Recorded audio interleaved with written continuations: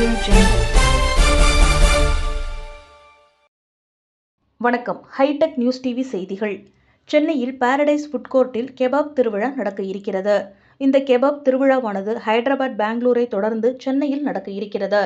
இந்த உணவு நிறுவனமானது கடந்த 70 ஆண்டுகளாக அசல் ஹைதராபாத் பிரியாணியை உயர்தர சுவையில் வழங்கி வருகின்றது.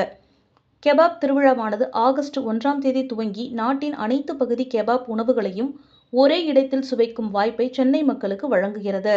உண்பவர்களின் விருப்பத்திற்கு ஏற்ப உணவக கிளைகளில் அமர்ந்தோ, பார்சலாகவோ அல்லது ஆன்லைனில் ஆர்டர் செய்தும் வரவழைக்கலாம். ஹைதராபாத்தின் பெருமைமிகு அசல் உணவுகளை வழங்கி வரும் பாரடைஸ், நாட்டின் மிக முக்கியமான மாநகரங்களில் ஒன்றான சென்னைக்கு இந்த தனித்துவமான கெபாப் உணவு திருவிழாவை அறிமுகம் செய்வதில் பெருமையடைகிறது.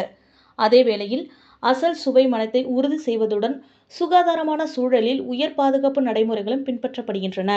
ஜம்மு காஷ்மீரை பூர்வீகமாக கொண்ட ஜஃப்ரானி கால்வி கெபாப் முதல் மத்திய பிரதேசத்தின் reshmi malai kebab, Salem chicken tikka kebab வரை நீங்கள் எல்லா வகையான கெபாப் ரகங்களையும் கெபாப் திருவிழாவில் சுவைக்கலாம். அது மட்டுமின்றி உத்தரப்பிரதேசத்தின் chicken tikka kebab, Nilgiri chicken tikka kebab என்று பல வகை உணவுகளும் மெனுவில் உண்டு. அதேபோல சைவ பிரியர்களுக்காக தேச்சா பனீர் டிக்கா கபாப், பத்தானியர் பன்னீர் டிக்கா கெபாப் ஆகியவையும் இங்கு உண்டு.